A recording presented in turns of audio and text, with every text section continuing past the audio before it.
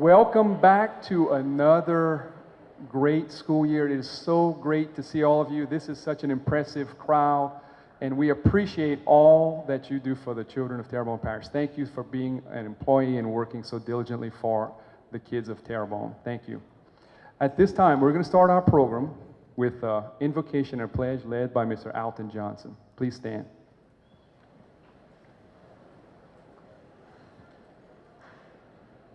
Would you please bow your heads?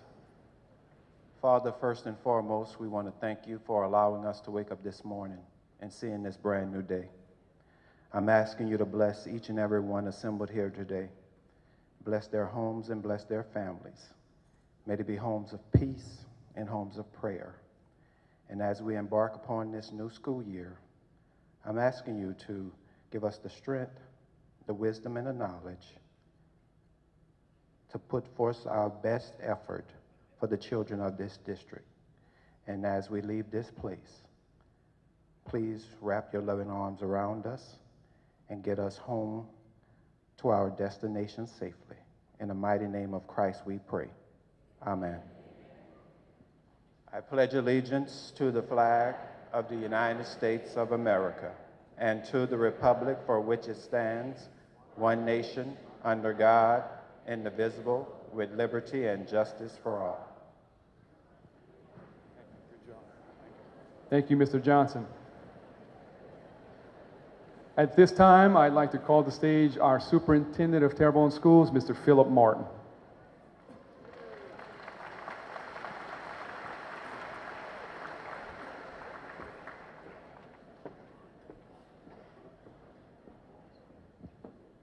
Good morning.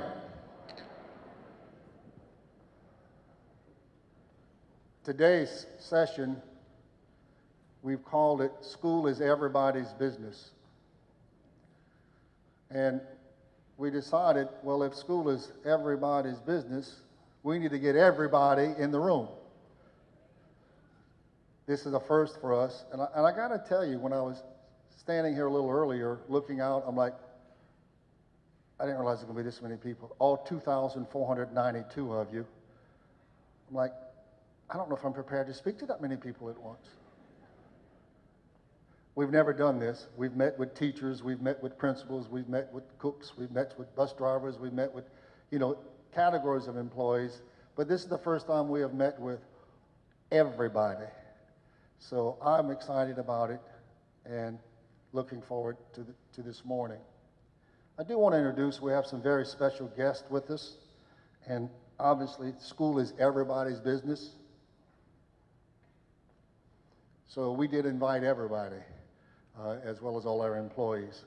Let me begin by introducing the Terrebonne Parish School Board members that are with us today. Vice President of the Board, Ms. Vicki Bonvillain. President of the Board, Mr. Roger Dale Dehart. And Board members, Mr. Donald Duplantis, Mr. Roosevelt Thomas, Mr. L.P. Bordelon, and Ms. Debbie Benoit.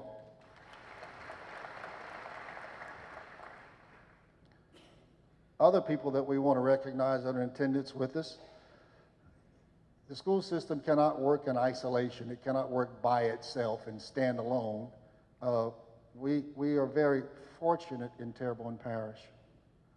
And I think we're probably very unique with this, is that every agency that I work with, whether it's parish government, law enforcement, judicial, we all work together and cooperate. Let me begin by saying that I want to introduce the parish president, Mr. Gordy Dove.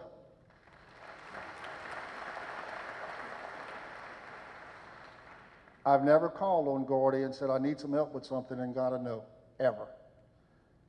Our school system is very thankful that we have a parish government that's so supportive of our school system.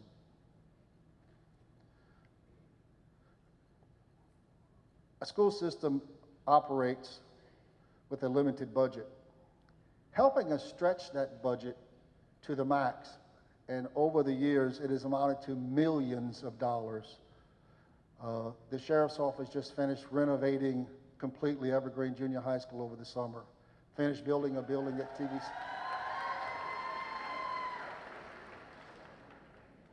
That must be the Evergreen crowd. That is just one school. Over the years, it has been many, many schools. So we are certainly not over-exaggerating how much we depend upon and appreciate the help of the Sheriff's Department. And with that, I want to introduce our Sheriff, Sheriff Jerry Larpenter.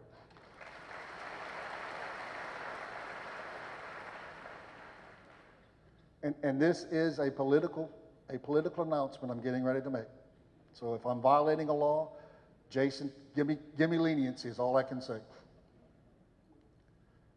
We've depended heavily on the Sheriff's Office for many years. The Sheriff is going to try to pass a tax in the fall to put SROs in every school to protect the employees, the people I'm looking at, and 18,000 kids. He's been helping us through the years.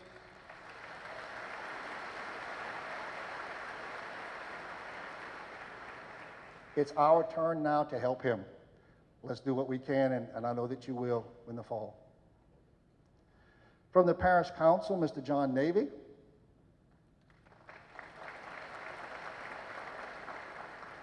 Representing the District Attorney's Office, Mr. Jason DeGate.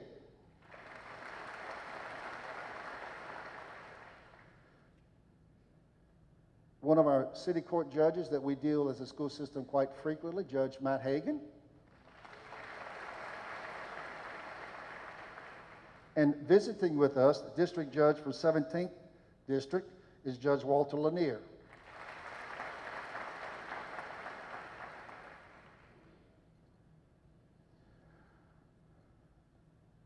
Government agencies work very closely and cooperate with us very much, as I said, and all of these do, from the district attorney's office to the sheriff's office to parish government. But we also are very fortunate in Terrebonne Parish is that we have businesses that support our school system. Having said that, one of the very, very powerful and a very strong and loyal supporter of public schools is the owner of HTV, Mr. Martin Foss. Martin, where are you?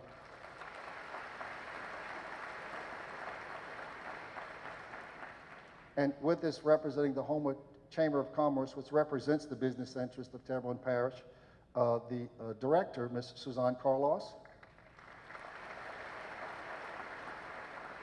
and some chamber members that are accompanying her I'd like to introduce as well, Ms. Sharon Bergeron with Pedestal Bank, Mr. John Rogers also with Pedestal Bank, and Kevin Girardi from Terrebonne General. And also an organization that is dedicated to supporting exclusively public education in Terrebonne Parish, TFAE, and that's Ms. Katie Portier.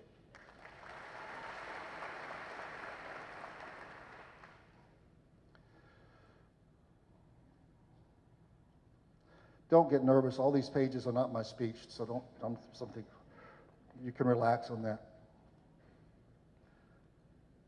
Mr. Angeron expressed how much gratitude we have to our employees.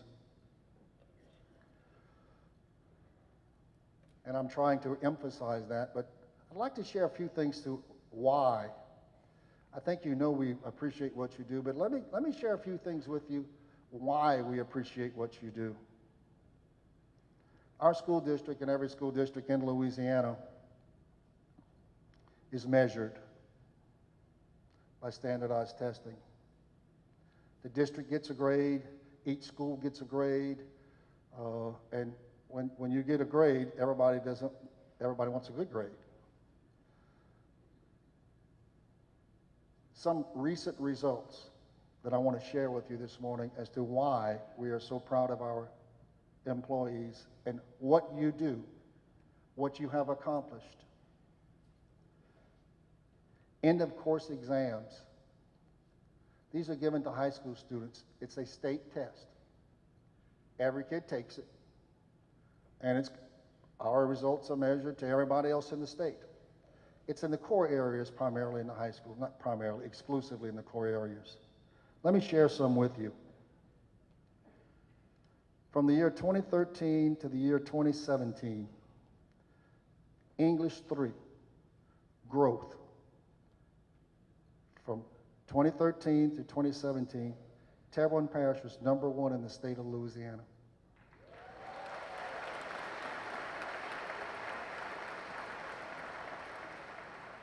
In geometry, from 2013 to 2017, math is something that Cajuns, we struggle with sometimes. We were 3rd in the state of Louisiana.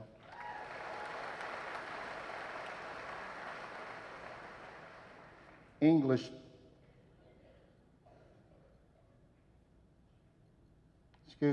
biology, from 2013 to 2017, in terms of growth, we were 6th in the state of Louisiana.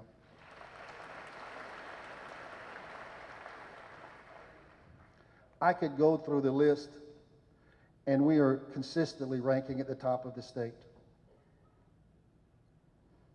The reason for that is what I'm looking at right now, the people I'm looking at. The people of Terrebonne Parish School District. You make our school district what it is. We thank you for that.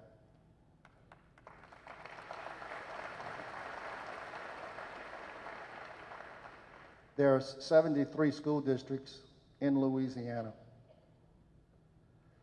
Terrebonne Parish, if you combine all of the tests from 3rd through 8th grade and 9th through 12th grade, we rank 13th in the state of Louisiana.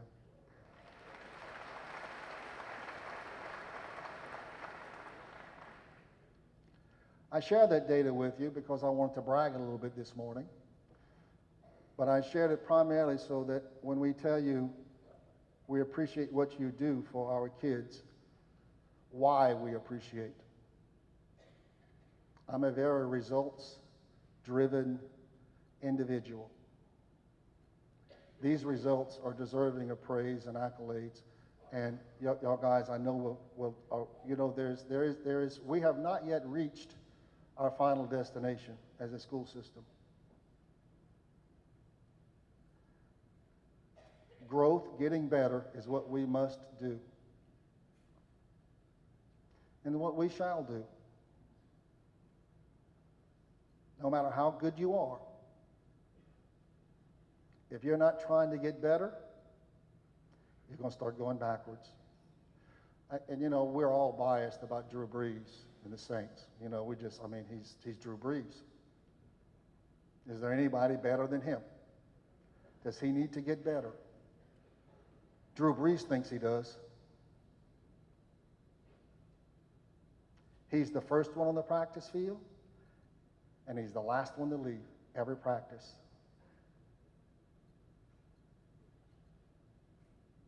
He wants to get better. The results I've been sharing with you, we are getting better. But we must continue that journey. We have not reached that destination yet. We feel and we believe, and when we say every student, every day, we mean that. And we embrace that as a school district. And I wanted to have the opportunity to get every employee, because you are all responsible for it, individually and collectively, and share the appreciation that we know how hard you work, and we know the challenges you face every day, and we know that you come to work every day wanting to do the best that you can possibly do for the kids, regardless of what job you have. So the results that I shared with you, and I could go much longer with the data, but I know if you go too long with data, my eyes start to roll back in my head and I get turned off, so I won't go through a whole lot, but I did want to share some of the high points. We still have our challenges as a school district, but we are working on them. And with the people I'm looking at, I know we will continue on that trajectory of getting better and improving. Having said that, that leads me to the introduction of the speaker you're going to hear today, Mr. Jamie Vollmer. Jamie is an attorney, graduated from Penn State University, practiced law in Washington, D.C. He was a business executive. He was the CEO of a successful business. He's an author. He's a very accomplished man. I heard him speak one time. I'm like, that message I want to share with everybody in Terrebonne Parish. Having said that, it's my pleasure to introduce Mr. Jamie Vollmer.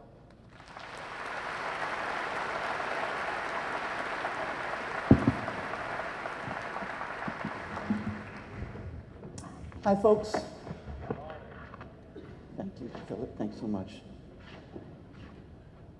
How are you? Oh, I started off wrong right away. How y'all? I started off wrong again. How are y'all? We're here together. We're going to do some work. It's just not a talk. Listening to me the whole time would be insufferable, and they told me we're all here till 5 o'clock. Is that correct? Just checking. Before I start, I want to thank your superintendent, Mr. Martin. I want to thank the members of the board. I want to thank Becky Bro, who did all the logistics for me. I have a very sweet spot for support staff. I talk about public education and why we need to defend it. I talk about public education and why we all got to work together. I mean everybody in the community. That's why I'm delighted so many of you folks came. And oftentimes, because usually the point person for me is administration, the administrators and the board will say, well, what more can we do? I say, well, you can do your part. But the fact of the matter is, the polls are crystal clear that Americans trust teachers way more than they trust administrators or board members. And every time I say that, I get nodding heads, and you puff up, watch me date myself, you puff up like Jiffy Pop bags. For the youngsters, that was a popcorn approach. And you get so excited, oh yes, the public trusts us more than they trust administrators. But then I drop the other shoe, which is the public trusts secretaries, food service, bus drivers, maintenance guys, way more than they trust teachers, because they know where all the bodies are buried. Although, having just spent yesterday on a cemetery tour in New Orleans, it's more likely where the bodies are neatly stacked in small houses.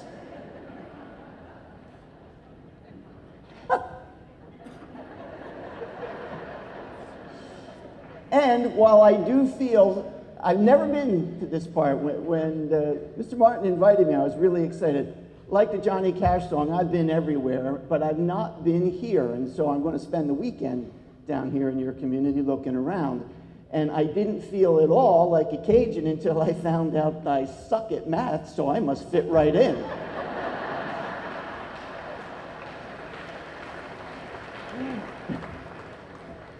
So here's what we're going to do. I'm going to talk at you for a little bit, and then I'm going to ask some questions. And then we're all going to think about these questions together.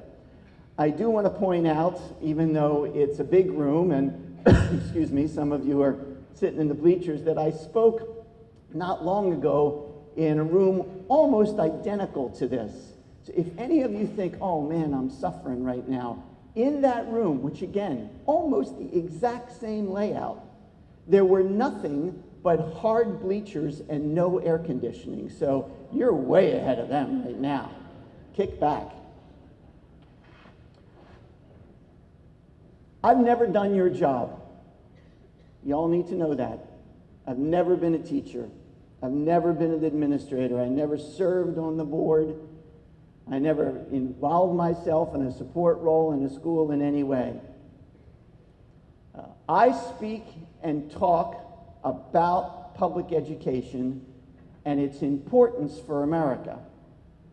I try to help folks, with or without children in school. I try to help them see that everybody still has skin in this game. Just because you don't have kids in the system anymore doesn't mean you're off the hook. Everybody still has a vested interest. And this talk, I can't help you with curriculum. I can't help you do a better job at assessment. I have my opinions, as you will see. This talk is about one thing: power. This is a talk about power. I didn't ask. Can you all hear me? Okay, by the way, in the back, you guys. This is about your power. your power to change the way the people of Terrebonne Parish think about you. Change the way they think about kids. Change the way they think about school and its importance to them. I'm going to front-end load my most alarming statistic, the one that haunts me. In the country, I can't speak for the parish. I apologize, I don't know, but I reckon it can't be that far off. In the country, 77% of America's taxpayers, if you want me to put a fine point on that, 77% of the people who pay your salaries have no children in school. Think about that. There's a growing, been there, done that attitude. Hey, I paid for my kid. I suppose I was willing to pony up some money for my grandchildren, but even they're out of school now. I don't want to pay for these kids, and in some places, there's a dirty little thread in there. I don't want to pay for those kids. They don't look like me. We've got this very large gap between the people who pay and the people who have kids, and so many of them think it's not their job anymore, and they're not connected. You have power. Now, I'm going to ask, is this the largest employee group in the parish? You're an army. You got power. And this whole talk this morning is about how we can energize that power, not add one more thing onto your routine. As you will see, I know a whole heck of a lot about the mandates that have been dumped on your doorstep to fix. This is something you can do in the course of your normal interactions inside your own personal networks of family, friends, neighbors, acquaintances.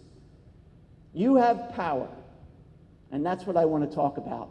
Now, I started by saying I've never done your job, so how did I get here? I got here in a funny way. As Mr. Martin mentioned, not an educator, I got recruited by a buddy of mine from college to leave my job in Washington, D.C., where I could see the White House from my office, to go to a little tiny town in Iowa and help him build an ice cream manufacturing empire. That was the goal. So I did. I was just 35 at the time, and I thought I had one more swing for the fences, and people had just dumped about $1 million worth of venture capital money on them, so I thought, okay, I'll have enough money for a year at least. And I moved. It was called the Great Midwestern Ice Cream Company. We made great ice cream. We knew we made great ice cream. But then, in 1984, People magazine, that's right, that fine research periodical. I've had a subscription ever since. People magazine decided they needed to know what the best ice cream in America was, and they chose our product. June 84, you can look it up. Great Midwestern Ice Cream, best ice cream in America. Now, if you had any doubt that the media, with all due respect, has a tendency to run in a herd, that if somebody reports it, they all have to report it. About a month later, the Cleveland Plain Dealer, God bless them, they said we were the best ice cream in America. And then that snowball started to roll. The Houston paper said we were the best ice cream in America. The Seattle paper, New York Post, Chicago Tribune. We were in Time magazine. We were in Newsweek. We were on the Today Show. President Reagan served it at state dinners in the White House. There was even an anatomy magazine that said we were the best ice cream in America. It's true, it's called Playboy. And, am I allowed to say that in Terrebonne Parish, sir? I'm not quite sure. I should have said that one. Forgot where I was.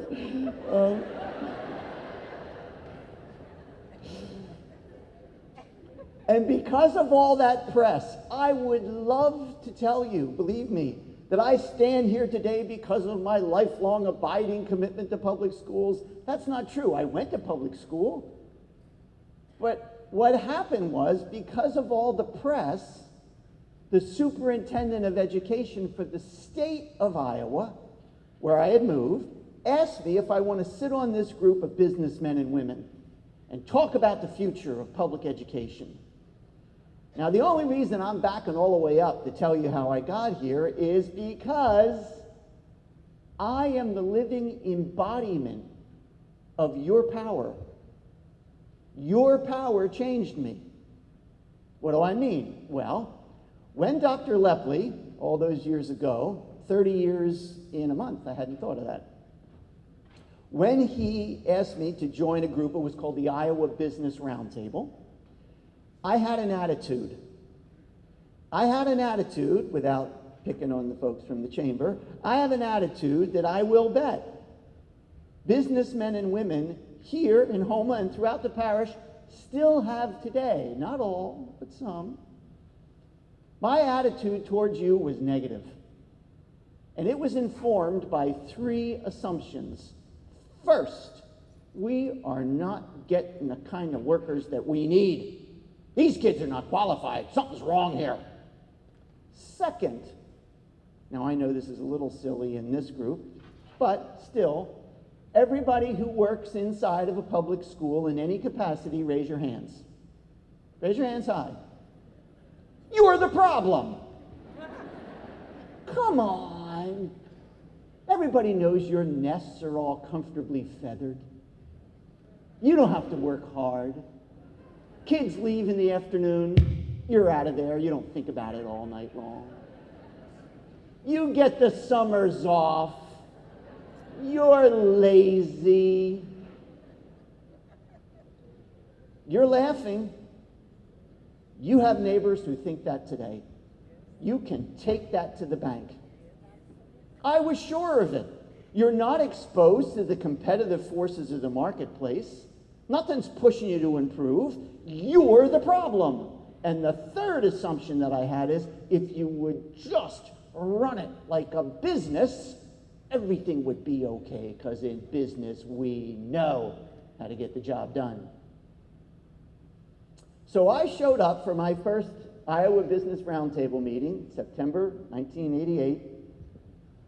With those 3 assumptions, I'd never met a single other person on that committee. And the fact of the matter was, I was kind of this token small business person. I never employed more than 50 people. And I sat right next to the CEO of John Deere.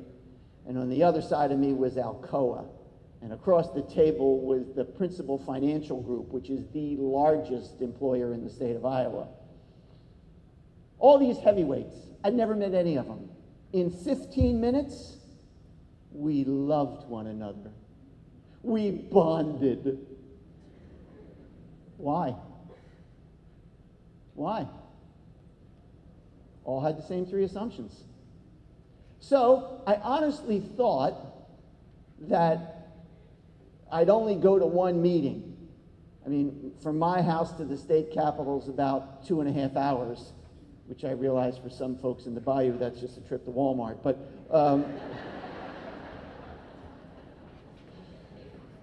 I only thought I'd go to one meeting, honestly. What I thought I would do is go to one meeting and just send free ice cream and nobody would care.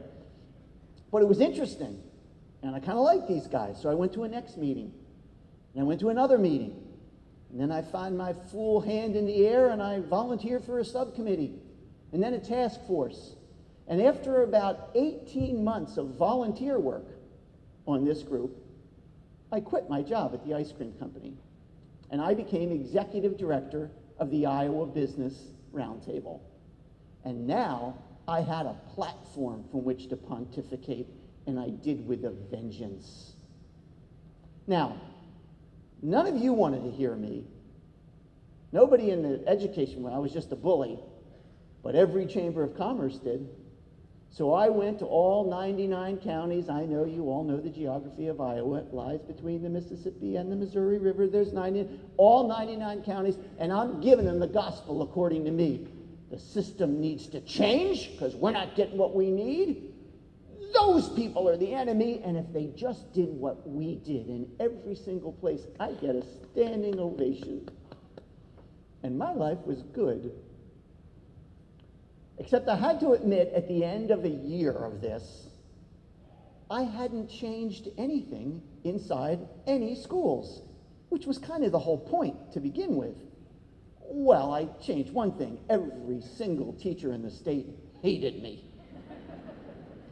So you will not be all that surprised to find how excited I got when at Christmas 1990, 90 going into 91, Christmas time, in that Christmas break, I get a phone call. I get a phone call from a Western Iowa superintendent. And he calls me up and he says, Mr. Vollmer, I'd love it if you'd come and do an in-service with my staff. Yes. I didn't even know what an in-service was. But now I'm going to get a chance. Now, ladies and gentlemen of the staff at Terrebonne, for those of you from the community, you'll just have to step out of this for a second. Imagine the scene. He asked me to come and give a talk to his staff on the first day back after Christmas break. It's a late start, so the kids are not coming till after lunch. So you all would have had all morning long to get back in the saddle and stiff up those bulletin boards and get yourself ready, but no. You got to come into the auditorium and listen to me. I'm sitting on the stage, tiny little school district. I'm pretty sure that if you had cut through the sheetrock on those walls of the auditorium, you'd find hay bales in there. It was probably built in the 1700s. I'm sitting on this little stage, and with every 10 or 20 more teachers come into the room, the ambient temperature drops another 30 degrees. It's like icy rage permeates that room. The principal of the school, the high school, comes out to introduce me, not the superintendent. The principal comes out, and he says, "Good morning. This here is Mr. Vollmer. He's come from the state capitol in a business group to tell us how to run our schools," and he walked off the stage.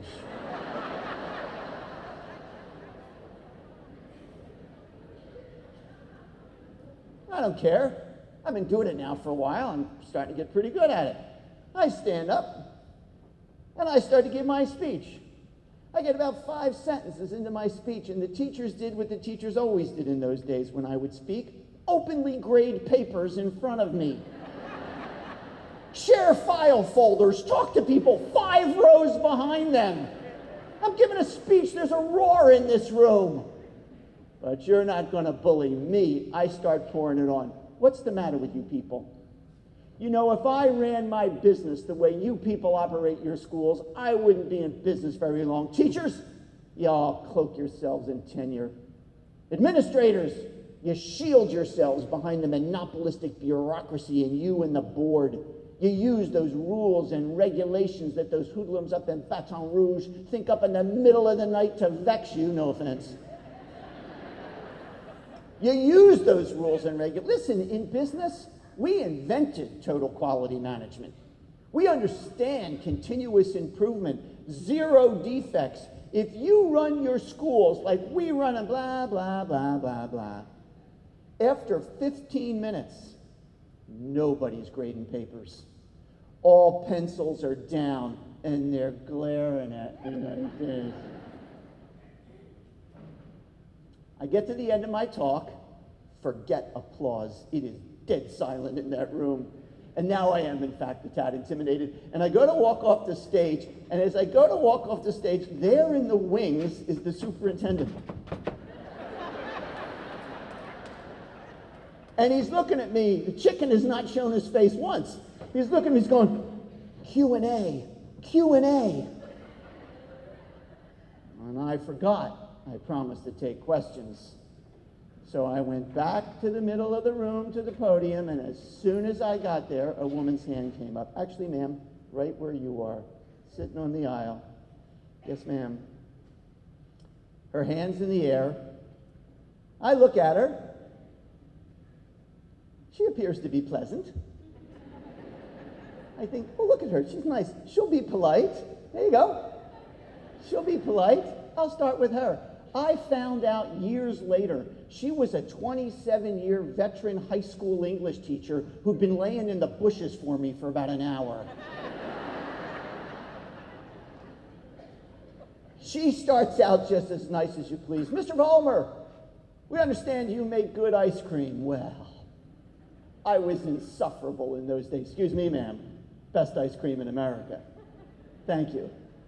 Thank you very much. You laughed at that.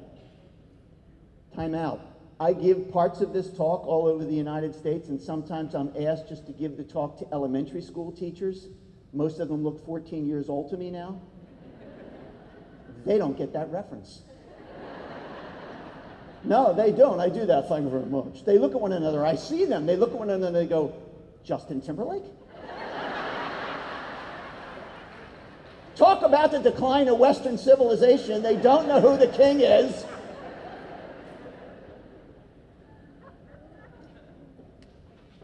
Yes, sir, she says. It must be rich and smooth. It was a 17% butterfat. Low overrun. Overrun's the amount of air that you whip into the mix to make it cheap ice cream. When it's low overrun, it's dense, it's cool. You're going to love it. Yes, sir, she said. Something tells me you use nothing but grade A ingredients. Your nuts, your berries, your flavorings, they must... And like a jerk, I interrupt her. Excuse me, ma'am. At the Great Midwestern Ice Cream Company, our specification to the supplier, it's not A, it's AAA. And a little smile shot across her face that I did not understand at the time. Yes, sir, she says. If you're walking through your factory, and you come out onto your receiving dock where the trucks arrive, and a shipment comes in. I don't know, a shipment of blueberries. And those blueberries are not up to your AAA standards. What do you do? And in the silence of that room, you could hear her trap snap.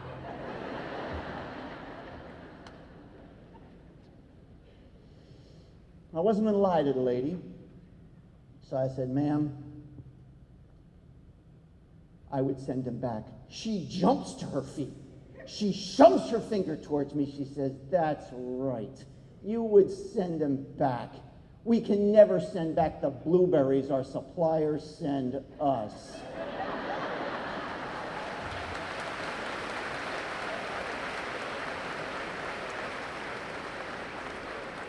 We take them big, small, rich, poor, hungry, abused, brilliant, creative, curious, cautious, frightened, homeless, ADHD, juvenile rheumatoid arthritis. English is their second language. We take them all, Mr. Vollmer, and that's why it's not a business, it's school.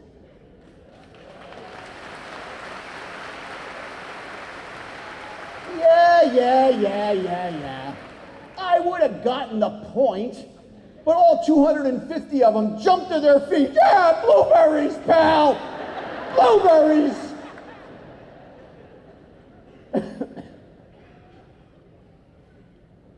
I left that day, and I was down to 2 assumptions.